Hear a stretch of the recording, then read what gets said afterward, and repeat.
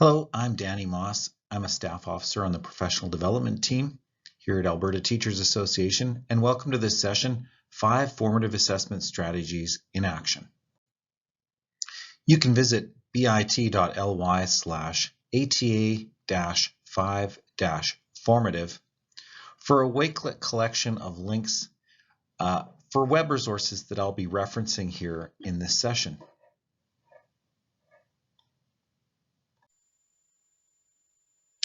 Here is the Wakelet collection, which you can access by typing in bit.ly/ATA-5-formative.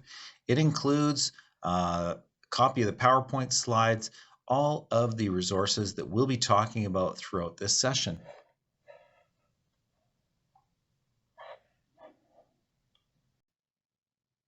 Today's section is a summary of 2 books, actually. One is from Dylan William and Siobhan Leahy, who first wrote Embedding Formative Assessment, Practical Techniques for K-12 Classroom. A summary of that was written by British educator Kate Jones, who wrote a smaller summarized version called 5 Formative Assessment Strategies in Action. And the inaction part of that book references taking the ideas from Dylan William and Siobhan Leahy's book and summarizing them and also giving some practical classroom implementation strategies. So it's chock full of great ideas, and I highly recommend reading that. And the purpose of this particular session is to highlight some of their key ideas from both of these books. So Dylan William and Siobhan Leahy identify 5 strategies, and you can see them listed here. What Kate Jones has done is outline them in a really handy chart, which shows the role of the teacher, peers, and the learner themselves as sort of who is in charge during a particular strategy. So for the remainder of this session, I'm going to go into greater detail, summarizing some of the key ideas and implications for the classroom for each of these 5 formative assessment strategies. We'll start off with strategy 1, clarifying, sharing, and understanding learning intentions. And Dylan William reminds us, if our students know where they're headed, they're more likely to arrive at the correct destination. All right. So that is a really key element, and we'll talk a little bit about some suggestions Dylan William has about learning intentions, as well as some ideas from Kate Jones. All right, so here's a really key point that is mentioned. A really important part to remember with learning intentions is to focus on what's being learned, okay? Not the lesson itself. Right? It's not about what you want students to do, it's what do you want them to learn. And here are some resources. I pulled this web-based resource from the Catholic Education Office in Melbourne, Australia. You'll see a link to all of these slides, which they've shared freely in the Wakelet collection. So there are different types of learning intentions, okay? Here's some learning intentions, sort of examples of some of the wording in terms of intentions that focus on knowledge. All right. Some that focus on skills. Okay, so starting with students will be able to do a certain thing. All right. Learning intentions that focus on understanding. So knowledge, skills, understanding. So there are different types of learning intentions, and you'll see some examples here. Here's a good slide from that same group that really shows sort of how we can sometimes not get the wording right.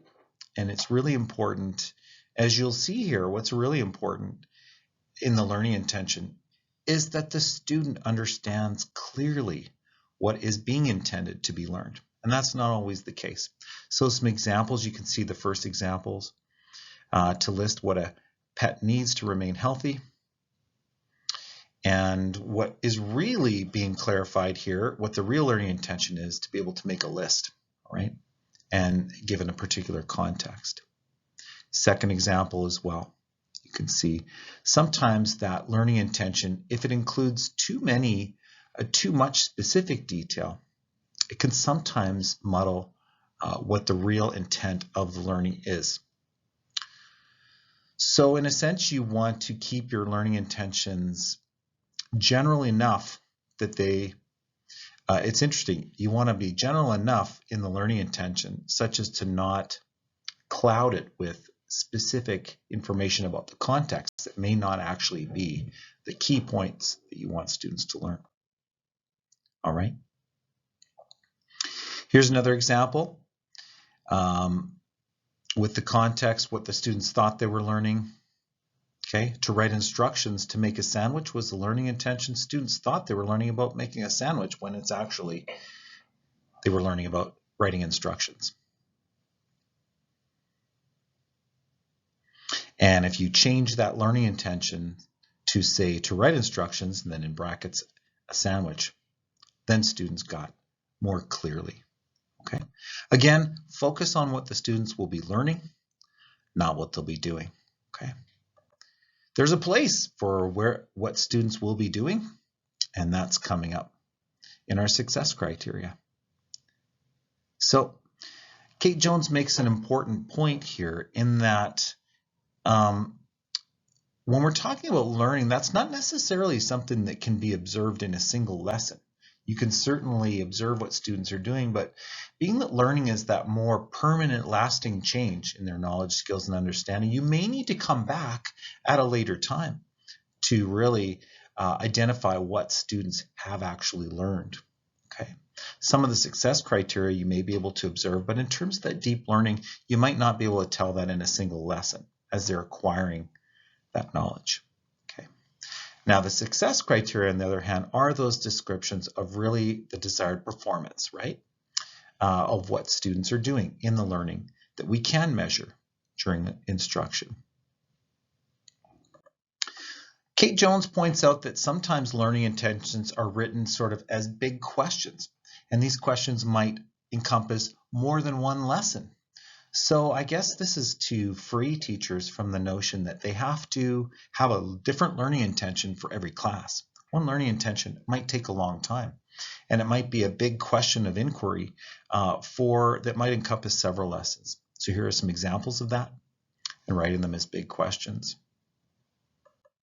In this particular example, it is pulled from not an Alberta program of studies, but a different program of studies, just as an example of how that might look in terms of big questions. Okay.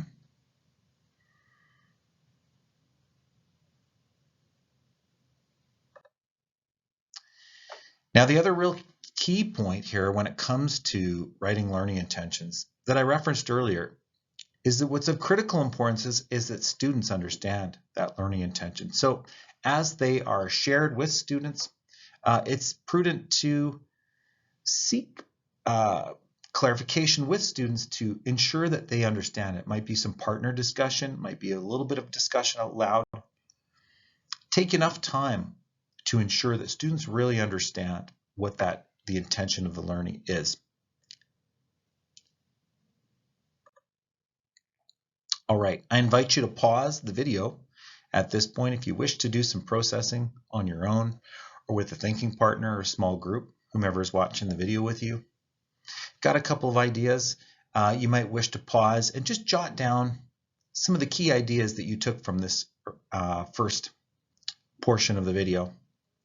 We know good evidence-based practice of retrieval practice is that recalling things that you've learned helps you learn them. So just by trying to recall those one or two key ideas you've learned about, you'll be further deeply processing them and they'll stay with your memory. Okay. Another option I've got in the Wakelet, a short clip of Kate Jones speaking with Professor John Hattie about learning intentions and success criteria a little bit further in case you'd like to learn a bit more and go deeper and see some examples. Or if you'd like to challenge yourself, try writing a learning intention and success criteria for an upcoming set of lessons in any subject while that Knowledge sits with you right now.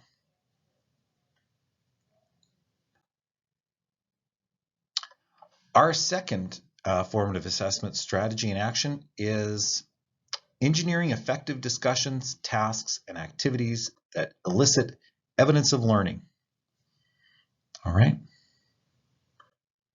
Notice it doesn't say just ask questions. It can be certainly questions, but there are lots of ways we can engineer that evidence of learning, okay?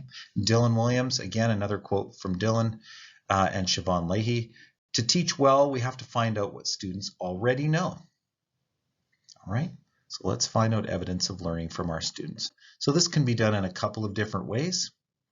All right, it can be through prompts or questions to the whole class. All right, where they call out answers. It can be done through cold calling. And remember, cold calling is that strategy that is where the teacher asks a question or a prompt, and then instead of going to volunteers who raise their hand, selecting the student you want to answer the question. Now, if you decide to do cold calling, Doug Lemoff, who wrote Teach Like a Champion, suggested the following strategy, where you give an adequate amount of wait time before you call on a student. Here's why. Look at the first example. You can see it that closely on your video. Laura, what's the capital of Australia? You can see on the right how many students by show of sort of colored circles were involved in the thinking. Immediately it was just Laura, and everybody else was able to check out because the students knew that the teacher was just calling on Laura. In the second example, what's the capital of Australia? Laura. You could see a few more students were engaged, thinking the teacher might come to me. But still not as many as the third example where the teacher says, what's the capital of Australia? Laura? So that wait time, you see, really signals to students that they all must be accountable and ready to answer. Now, different teachers feel differently about the whole notion of cold calling, whether it puts students on the spot. And the assumption here, if you're going to do cold calling, is that you've built the classroom climate where there is trust, where it's not adversarial, where you are in support of students, and you're a community of learners, supportive learners to one another, so that when you do call in any student, they know that it's safe to answer no matter what. Okay, it's really key. So food for thought, it's up to you if you want to do cold calling or just take volunteers. There are lots of other ways that this can be done, etc. Quizzing is another technique you can use to elicit evidence of learning. This can be done through paper, through digital quizzes, and I put an example here from quizzes.com, Quizizz.com, a really great tool for finding, creating, sharing quiz materials with students. Whether you use them for grading or not, it's a great learning strategy. As I referenced retrieval practice earlier on, but you can also use it to elicit evidence of learning. And as you see how students did on a digital quiz that was auto-graded so that they get immediate feedback, you also as a teacher get the feedback. For more information, you see a short bit.ly there, bit.ly/ATA quizzes. And I've given you a little deeper dive in that slide deck with a couple screen recordings on how to use quizzes.com, but it's an awesome site. And there is definitely a free version. That's the only version I use. Now, mini whiteboards are interesting, and sometimes teachers will create these on their own with a piece of cardstock paper put inside a clear binder cover or kind of report cover. Students can write with a erasable marker on that, or sometimes you can buy through online sources sets of small mini whiteboards where students will have their own dry erase marker with a little eraser on it and a small little board. These are really handy for working out math problems, putting down keywords, short phrases, short sketches, diagrams, etc. So it's another way of eliciting learning, get students to all work on something, and on the count of 3, we hold up our whiteboards, etc. In the Wakelet collection, I've given a link to a great article by Tom Sherrington. He's another British educator and professional development expert in the UK on really effective ways to use those mini whiteboards with your students. Now, another really great technique for eliciting evidence of learning is through screen recording. There are all sorts of screen recording tools out there, and you know, I've given you a link here to a video for those of you that have Chromebooks in your schools. Certainly there are web-based tools like flip.com. There are also Chrome extensions like Screencastify, but all of the modern operating systems have a built-in free screen recording capability, including Windows, Mac. And in this example, in Chromebooks, there is a new screencast app that is dynamite. And I've got the full video here, which I won't show now in this video, but if you'd like to learn more about the Chromebook screencast app that's built into the Chrome and Chromebook, it's really great, and it allows students to really elaborate on their thinking such that you as a teacher can really see that evidence of learning. Now, the secondary benefit of that is that elaboration that students do as they describe their thinking really helps them deepen that learning as well. So it's kind of a dual benefit as well. Now, we're in an era where we're starting to see some generative artificial intelligence tools. ChatGPT is certainly one of the more recent ones that has been in the media, but we know there are many, many more tools that are out there and more being developed all the time. Their capabilities are being developed even further, which can, and the reason I put this there is twofold. Number one, if as a teacher, your primary method of determining students' knowledge, eliciting that knowledge, that evidence of learning, is by writing they have done at home and they bring it into class, that might be a model you may wish to challenge, because with the generative AI tools out there, the students have the ability to plug in almost any type of question, and they can be given back in natural language, fully created written responses, whole paragraphs, whole essays, if you wish. You can ask ChatGPT to write a 5-paragraph essay or a 500-word essay on any particular topic, and it'll just rattle it off. Now, there are questions around the authenticity, around the accuracy. Mostly it's quite good, but not always. So just a word of caution for teachers who get that evidence of learning from writing that students do at home. It presents an opportunity for students to have the AI do the writing for them. Now, the other reason I mention this, these tools aren't going away. And so in addition to teaching students the ethical use of these tools, these are really great assistants. So whether it's having students use these tools to generate ideas that they can write about, or to edit a piece of written work that has been generated by a tool like ChatGPT, that's certainly an option. But what's really exciting for me are the time-saving opportunities that it might present teachers who may wish to use tools like this to generate classroom learning materials that will then further elicit evidence of learning. Here's an example. I'm going to do another screen recording on the next piece here that shows an example of an experience that I had with ChatGPT that a grade 4 teacher might use in science and then further lessons in language arts.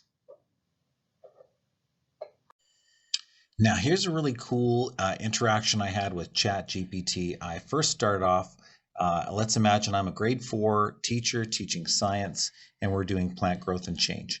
I first start off by asking ChatGPT, generate 8 multiple choice questions about the parts of a plant suitable for 4th grade students. And not only did it generate those questions, but it made it suitable in 4th grade language. Okay, so I could easily use that to elicit evidence of learning from my students. Following that prompt, I asked ChatGPT, now create an answer key for these questions. So it's an important thing to note that tools like ChatGPT can often sort of, if you will, remember the conversation. So I'm not starting from scratch. It knows what I've just asked, and here it's now responded and created the answer key. So now knowing that if I'm teaching elementary, it's often useful to involve students in cross-curricular activities. And so now I want to do a little bit of information. I want to do a sample story in language arts about a piece of writing about, so I asked ChatGPT, create a short story about 800 words suitable at the 4th grade level about a girl who learns what plants need to live. And check it out. Look at this. Once upon a time, there was a little girl named Sophie. Okay. And it goes on and on to talk about, she was one day while playing in the garden, she noticed some of the flowers were wilting and the leaves on the tomato plants were turning yellow. Like, it's been very specific. It's given me an 800-word story where she learns, look at this, from that day on, Sophie made sure to take good care of her plants and watch them grow and flourish. And in the story, she understands what the plants need, etc. at the end. So now as a language arts teacher, I'm thinking, okay, this is great. I've generated, it would take me a long time to write myself a sample story for students to use, but now I want to take in my language arts, I want to take the learning further and show the difference between stories written with dialogue and without. So this story here has no dialogue between characters. So I ask ChatGPT, rewrite this same story, but include dialogue between characters. Great, no problem. ChatGPT is on it. Rewrites the same story. Now Sophie's talking to her mom. Hey mom, why are all the flowers in the garden wilting and the leaves on the tomato plants turning yellow? And back and forth there's dialogue. And the same story idea, but just with dialogue so students could then compare. So now as a language arts teacher, I want to extend the learning even further and have students practice identifying punctuation. Okay, so I say, rewrite this exact story, but leave out all the punctuation. Now I can take this story where all the punctuation is out, provide that as some practice work for students to add in. Can they add in all of the punctuation that's required? And I have this model here that has none compared to the one that has all the punctuation. And we could sort of self-assess what we missed, what we got. Did we put the punctuation in the right place? Are they, with dialogue in particular, students often struggle with, does the comma or the period go inside the quotes or outside, etc. So there are all sorts of things there. And this is just one interaction I had with ChatGPT. It took me maybe 3 minutes, and it generated what might have taken me well over an hour or longer to generate as a teacher. And that's just for a couple of different lessons. And so tools like this can potentially really help to save teachers a great deal of time.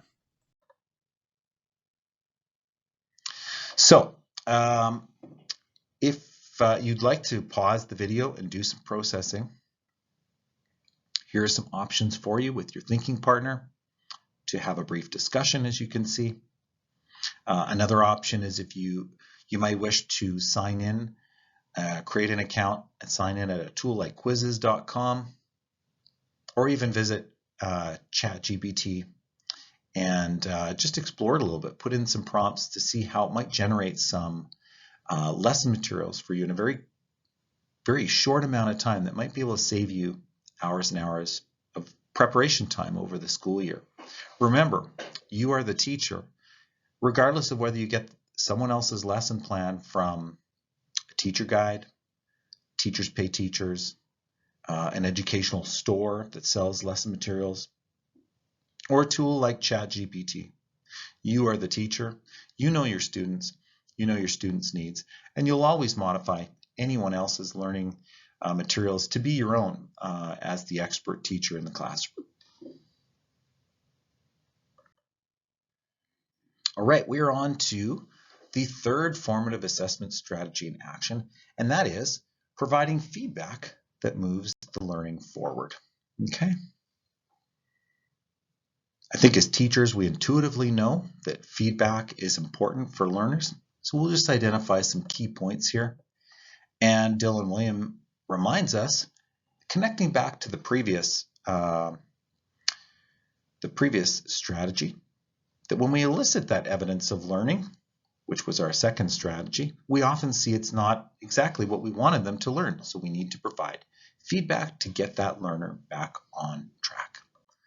Now, the interesting thing about feedback, you may have read a lot about feedback and the importance of different types of feedback and key elements of feedback.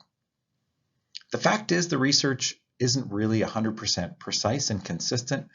There are a couple of different key points that different experts on the matter raise. Here are some things that Dylan Williams says about feedback. That it should focus on the work and how to improve it. That it should invoke thought from the students, not negative emotional responses. And that it should improve the student's capacity for self-assessment. So it's certainly focusing on that work, not their effort, as an example. It should invoke thought, not negative emotion. So again, not being comments that might disparage a student and their efforts in that work. That it evokes the response from the student will be thinking.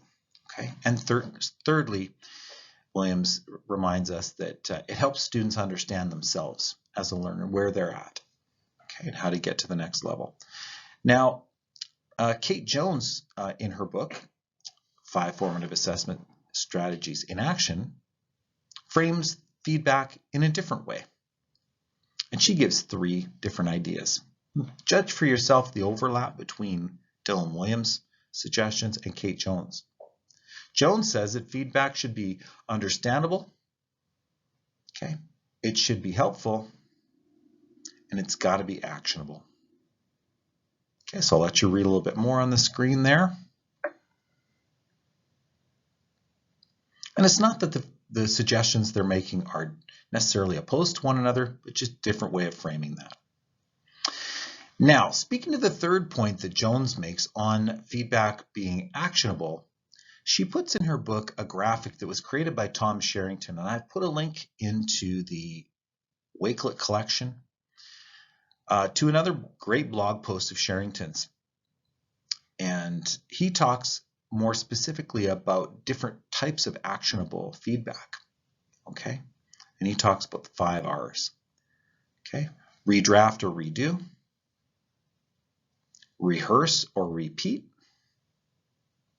revisit and respond. And revisit in British terms means study.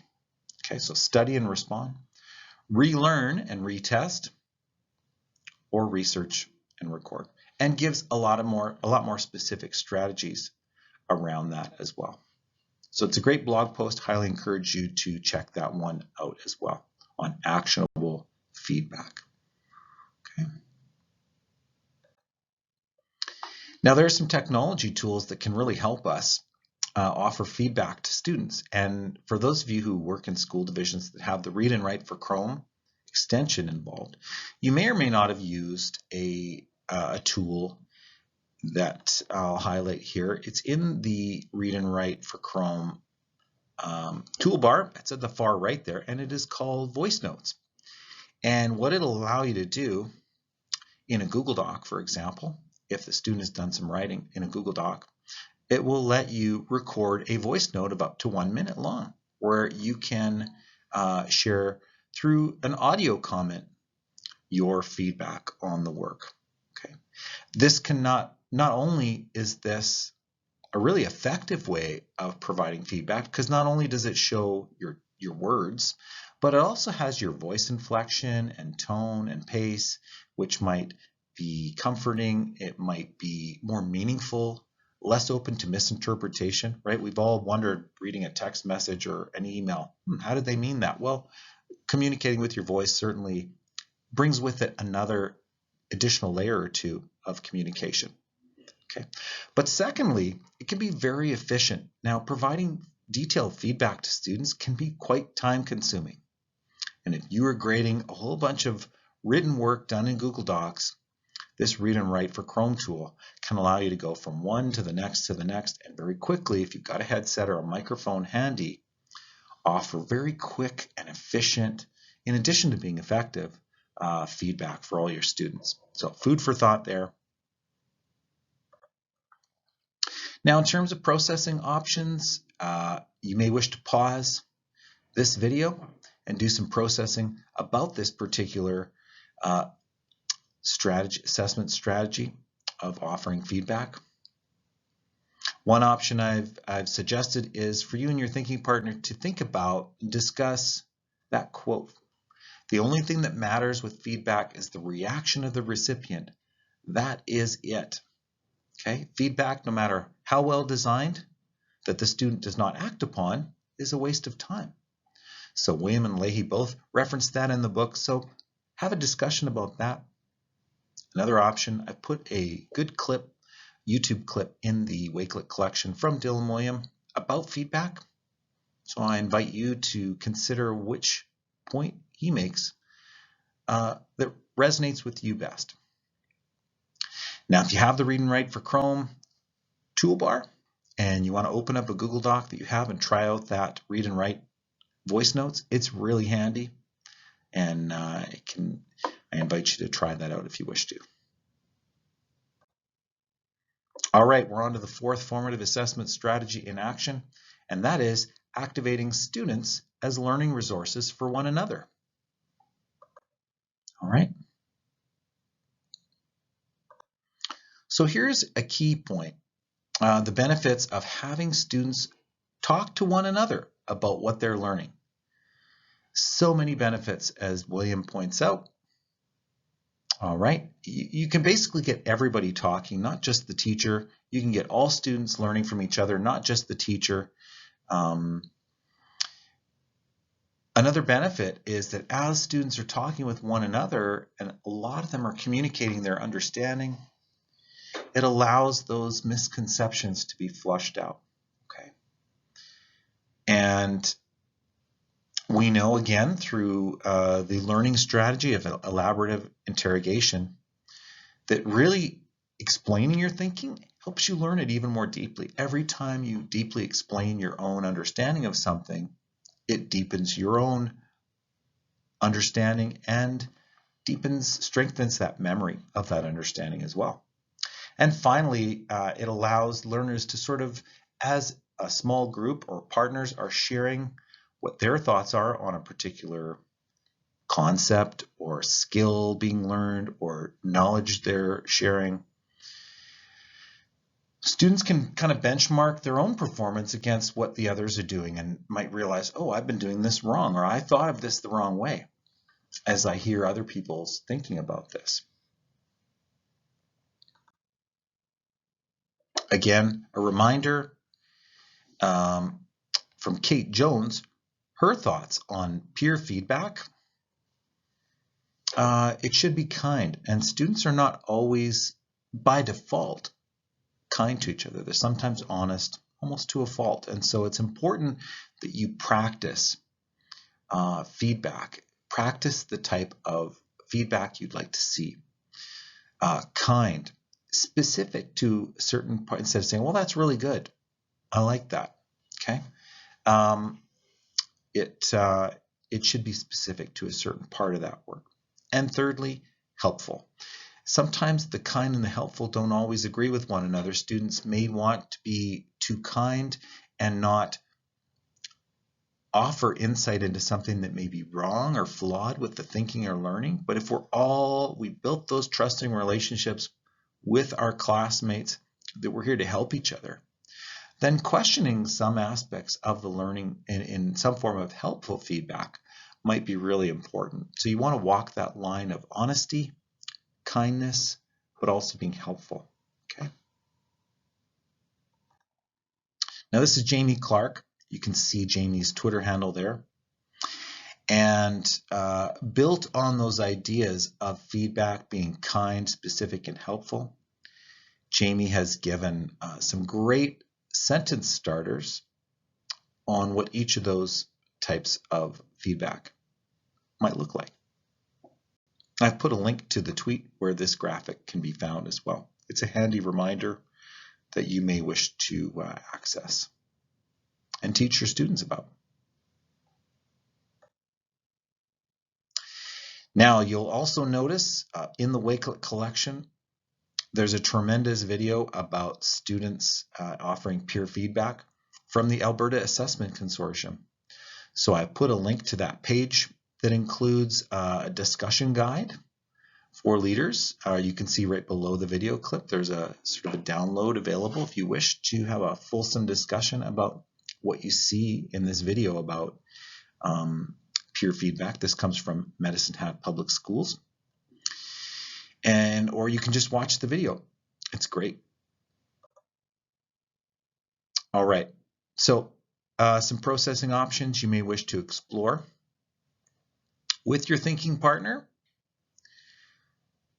discuss some activities that involve peer assessment. Okay, based on what you've heard, how does that align with sort of what you've been doing or what your beliefs are about peer feedback, what you know about peer feedback?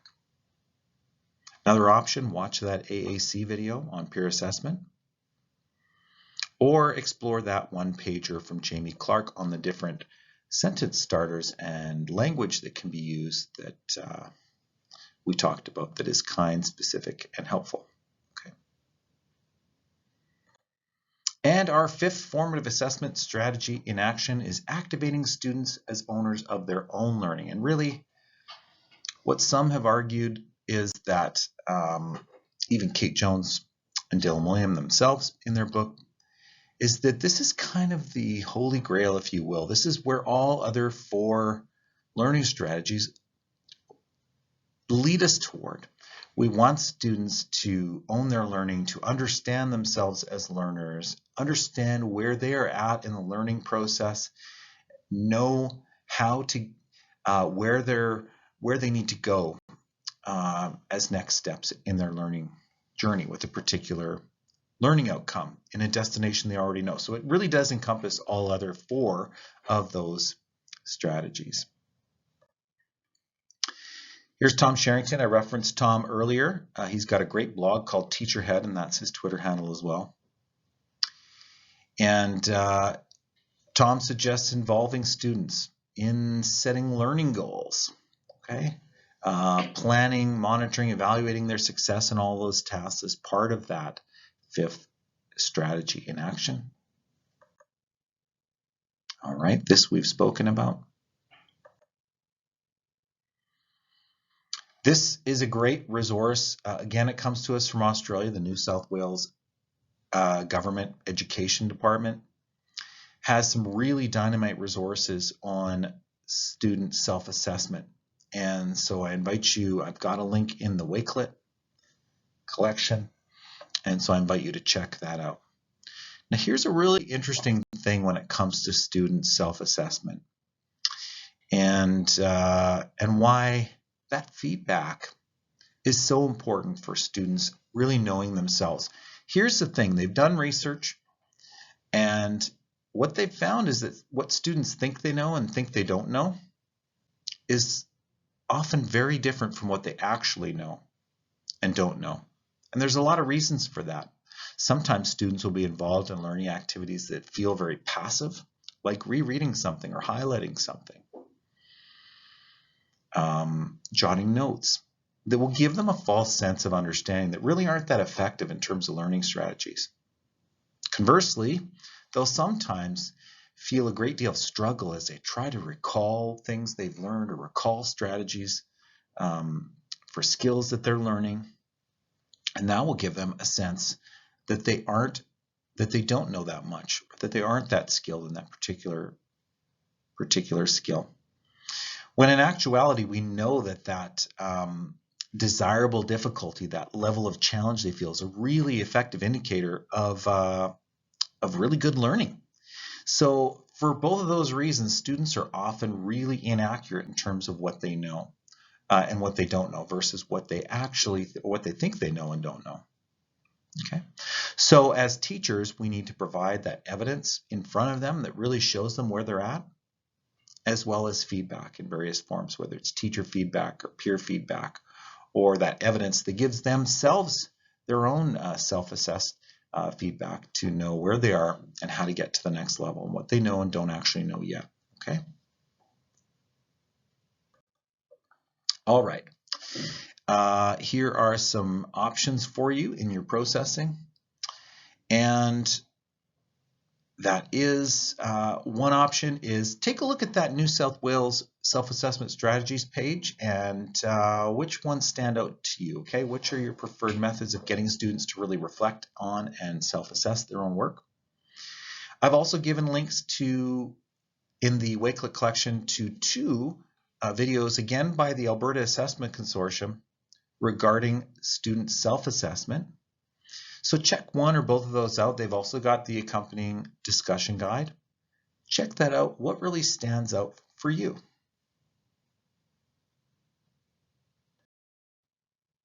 So I want to say thank you for watching. Again, refer back to that Wakelet collection of links to continue your learning. If you wish to reach out to me, @DannyMoss is my Twitter handle, or you can reach me by email at daniel.moss@ata.ab.ca. Thanks a lot for watching.